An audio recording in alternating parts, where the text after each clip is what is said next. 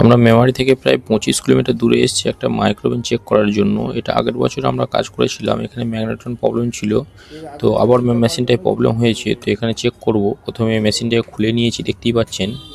তো এবার একবার চালু করে দেখব যে মেশিনটা কি প্রবলেম। তো যে আঙ্কেল আছেন সে আঙ্কেল বলছেন যে এটাতে চলছে কিন্তু গরম হচ্ছে না। তো আমরা প্রথমেই এটা মিটার লাগিয়ে নেব। মিটার লাগানোর ফলে আমরা বুঝতে পারবো যে মেশিনটা কত অ্যাম্পিয়ার নিচ্ছে, সেভাবে একটা আন্দাজ করতে পারবো। তো এখানে প্রথমে মেশিনটা দেখুন মিটার লাগিয়ে নিয়েছি। মিটার লাগানোর পর মেশিনটা যখনই চালু করছি, চালু করার পর চলছে, সব হচ্ছে, কিন্তু হিট হচ্ছে না, মানে মালপত্র দিলে সেটা চলছে না। এখানে 4.69 এর আশেপাশে অ্যাম্পিয়ার নিচ্ছে। এক্ষেত্রে আমরা বুঝতে পারবো যে মেশিনটা যখনই হাফ অ্যাম্পিয়ার নিচ্ছে, মানে এর একটা ম্যাগনেটন কমসে কম 6 থেকে 6.5 এবং 7 অ্যাম্পিয়ারের কাছাকাছি অ্যাম্পিয়ার নেবে যখন সেটা ফুল লোডে চলবে। তাই এটাকে একটা একটা করে প্রতিটা পার্ট আমরা চেক করে নেব। এর মধ্যে আছে একটা হাই ভোল্টেজ ক্যাপাসিটার, একটা আছে ম্যাগনেটন, আর পিসিবি আছে, সার্কিট বোর্ড, আর এর ট্রান্সফর্মার আছে। তো প্রতিটাকে আলাদা আলাদা করে চেক করা যায়। তো এখানে মেশিনটা চলছে যেহেতু, সেক্ষেত্রে বড় ধরনের প্রবলেম হওয়ার সম্ভাবনা নেই। ক্যাপাসিটার নাহলে ম্যাগনেটন এইসব প্রবলেম হতে পারে। তো তবু দেখে নেবো আমরা যে কি কি জিনিস আছে এবং সেগুলোকে কীভাবে চেক করতে হয়। তো এর যতগুলো কানেকশান আছে সব সঠিকভাবে খুলে নেবো এবং যেখান থেকে যে ওয়্যারটা খুলছি সেটাকে একবার দেখে নেবো। তো মাল্টিমিটার বা ক্ল্যাম্প মিটার দিয়ে আপনি এগুলো করতে পারেন। তো মিটারকেও কোয়ান্টিটিতে রাখবো, কোয়ান্টিটি রেখে ম্যাগনেটনের যে পয়েন্ট দুটো আছে ওই দুটো টাচ করার পর মিটারে কোয়ান্টিটির বাজার যে আছে সেটা বাজা দরকার। তো যখন বাজার বাজছে এখানে দেখুন মানে এর কানেকশানটা ঠিক আছে এবং বডির সাথে মানে ম্যাগনেটনের যে পয়েন্ট রেখে বাজার যেন না বাজে।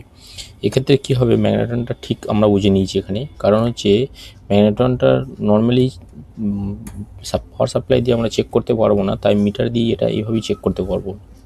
এরপর চেক করে নেবো ওর মেন ফিউজটা, যেটা হাই ভোল্টেজ ট্রান্সফর্মার সাথে কানেকশন থাকে সেই ফিউজটাতে। কিন্তু এখানে ফিউজটাতে দেখুন কিছু ওমস দেখাচ্ছে কিন্তু বাজার বাজছে না। তো এটা একটা ডাউটফুল রয়ে গেল, মানে এটাকে আমরা পরবর্তীকাল দেখছি। এর মাঝখানে আমরা দেখে নেবো ক্যাপাসিটারটাকে। ক্যাপাসিটার চেক করার জন্য এখানে দেখুন ক্যাপাসিটার মোডে রেখেছি। এখানে দেখাচ্ছে 1.0, মানে 1.0 এ মেগা মাইক্রোফ্যাট দেখাচ্ছে, মানে ক্যাপাসিটারটাও ঠিক আছে। এবং ক্যাপাসিটার দুটো পয়েন্টের যে 10 মেগা ওহমস রেস্ট আছে সেটাও চেক করে নেবো। 10 মেগা ওহম সেটাও দেখাচ্ছে। এরপর আমরা একবার বডি আছে নাকি ক্যাপাসিটারটা সেটাও দেখব।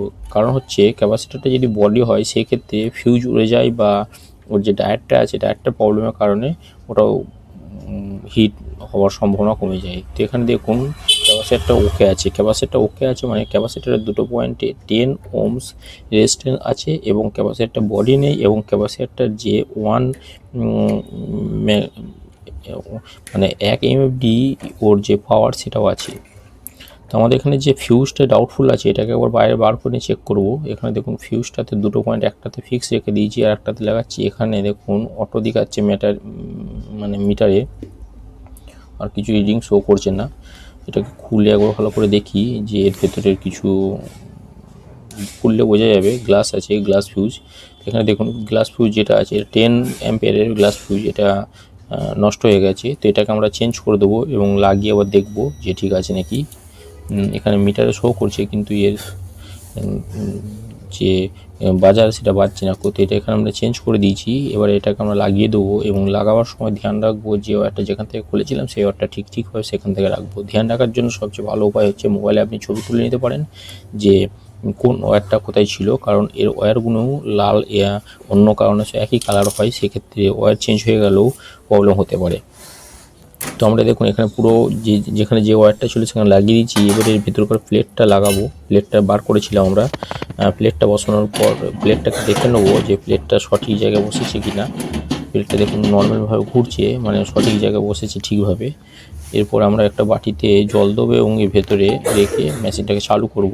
চালু করার সাথে সাথে আমরা অ্যাম্পিয়ার মিটারটাও বা ক্ল্যাম্প মিটারটাও মেন ফেজের সঙ্গে বা নিউট্রালের সঙ্গে কানেক্ট করব, যাতে আমরা রিডিংটা দেখতে পাই যে ঠিকঠাক নিচ্ছে কিনা। তো মিটারটা লাগিয়েছি, এরপর আমরা এটাকে সেট করব। একবার সেট করার পর মেশিনটাকে চালু করে দেখব এটা ঠিকঠাক কাজ করছে কিনা। মানে এই ধরনের যদি কোনো প্রবলেম থাকে যখনই বুঝবেন যখন 4 অ্যাম্পিয়ারের কাছাকাছি নিচ্ছে, তার মানে সেটা ক্যাপাসিটার প্রবলেম হতে পারে, ফিউজ প্রবলেম হতে পারে, ডায়েট প্রবলেম হতে পারে, মানে ছোটোখাটো প্রবলেম হতে পারে। তো এখানে দেখুন এটা এটা লাগানোর পরেও চলছে না, সরি এখন ভুল হয়ে গেছে, এখানে আমাদের সেটিংটা একটু গোলমাল হয়ে গেছে। তো এটা ভালো করে একবার আমরা 1 মিনিটের প্রোগ্রামে দেবো। 1 মিনিটের প্রোগ্রামে এই কারণে দেবো কারণ ভেতরে বেশি কিছু মালপত্র নেই, খালি জল দিয়েছি একটা বাটিতে, জলটা যাতে গরম হয় সেটা আমরা বোঝার জন্য দিয়েছি। আর ম্যাগনেটন যখনই চেক করবেন বা যখনই রিপেয়ারিং করবেন তার সঙ্গে সঙ্গে চেক করার সময় কোনো সময় খালি অবস্থায় চালাবেন না। জল বা তার মধ্যে কোনো একটা ভিজে কাপড় বা কিছু একটা রেখে, শুকনো জিনিস নেই, যদি ভিজে কাপড় রাখেন তো সবচেয়ে ভালো, বা জল রাখেন সবচেয়ে ভালো। কারণ যেটা ওটা এখন চলবে, যদি খালি অবস্থায় চালান তো এর ম্যাগনেটনটা খারাপ হওয়ার সম্ভাবনা থেকে যেতে পারে। তো দেখুন মেশিনটাকে আরেকবার চালু করেছি, এখন দেখুন 6.22 বা 18 অ্যাম্পিয়ার নিচ্ছে, মানে মেশিনটা সঠিকভাবে চলছে। এইভাবে আমরা যে ম্যাগনেটন যে মাইক্রোওভেনের যদি প্রবলেম থাকে তা আমরা এইভাবে এক এক করে চেক করে আমরা সহজেই বুঝতে পারবো মেশিনের কোন মেশিনটা প্রবলেম আছে। তো চলুন, মেশিনের যে প্রবলেমটা ছিল সেটা সলভ হয়ে গেছে, এখন আমরা মেশিনটাকে ফিট করে দেবো। এবং এখানে কাজ এসে আর একটা প্রবলেম পাওয়া গেছে যে কাকুর যে গিজারের প্রবলেম আছে সেই গিজারটা নাকি কাকু সার্ভিস করবেন। সেক্ষেত্রে আমাদের আর একটা সুবিধা হলো এত দূরে এসে যে একটা কাজে এসে আরেকটা কাজ পাওয়া গেল। তো সেইভাবেই আমরা এই কাজটাও করে পরবর্তী যে গিজারের কাজটা আছে সেটাও করে ব্যবস্থা করব। তো ভিডিওতে ভালো লাগলে চলুন ভিডিওকে সাবস্ক্রাইবের সাথে সাথে বেল নোটিফিকেশনটাকে অন করে রাখবেন, কারণ এই ধরনের নলেজফুল ভিডিও পরবর্তীকালে পেতে যাতে অসুবিধা না হয় তার জন্য। তো ভিডিওটা ভালো লাগলে অবশ্যই লাইক করবেন এবং সাবস্ক্রাইব করবেন। তো চলুন আজকের জন্য এই পর্যন্তই।